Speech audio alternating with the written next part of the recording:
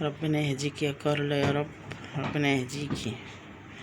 ان ما قعدتش جنبها كده زي ما انتوا شايفيني ما ترضعهمش.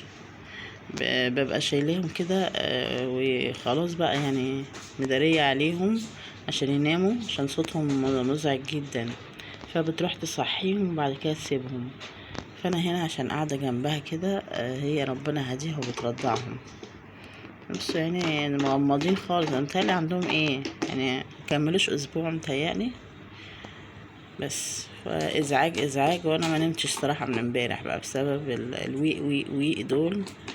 هما تلاقي يعني الناس اللي هما كانوا عندهم سربوهم بسبب الويق ويق دي. بس حرام يعني كانوا مشوا معاهم امهم عشان ده كده يرتكبوا ذنب لما يرموا قطط كده يعني. ما انا نفسي سمعتهم يعني من ايوائهم ده ونونوتهم الجامده دي. انا سمعتهم يعني بقالي يومين كنت بسمع اوصاوه دي. يعني عاملين زي اللي جايبين كتاكيت كده بالظبط. اللي بيجيب كتاكيت طبعا ما بيحطوش في السطح ولا في البلكونه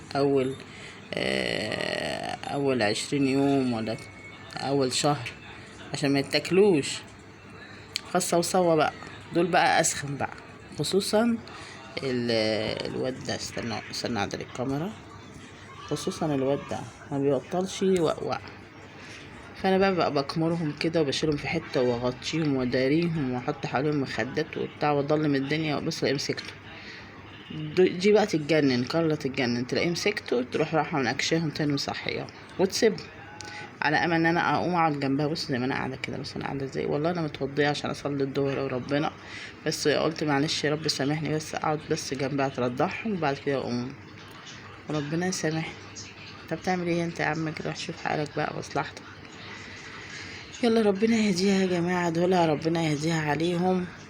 واحنا برضو بنساعد باللبن برضو يعني برضك بنساعد عشان ممكن تكون هي برضو ما فيهاش لبن كتير وكده، فبنساعد بقى من ناحية تانية ونديهم لبن كده بالسرنجة. يلا يا حبايبي اشوفكم على خير بقى، اول ما يخلصوا كده اقوم اصلي ونفطر احنا كمان. السلام عليكم.